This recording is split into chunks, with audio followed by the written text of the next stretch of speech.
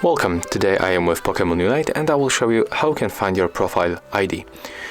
So, at the first we have to tap right here on the left upper corner and the ID appears in this place.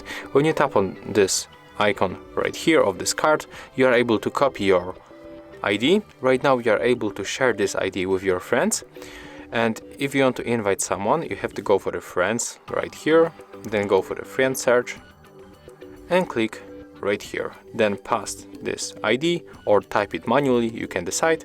Click OK, tap on the search, and as you can see, here is my account. And if you want to add someone to the friend, you have to click right here. So let's make it.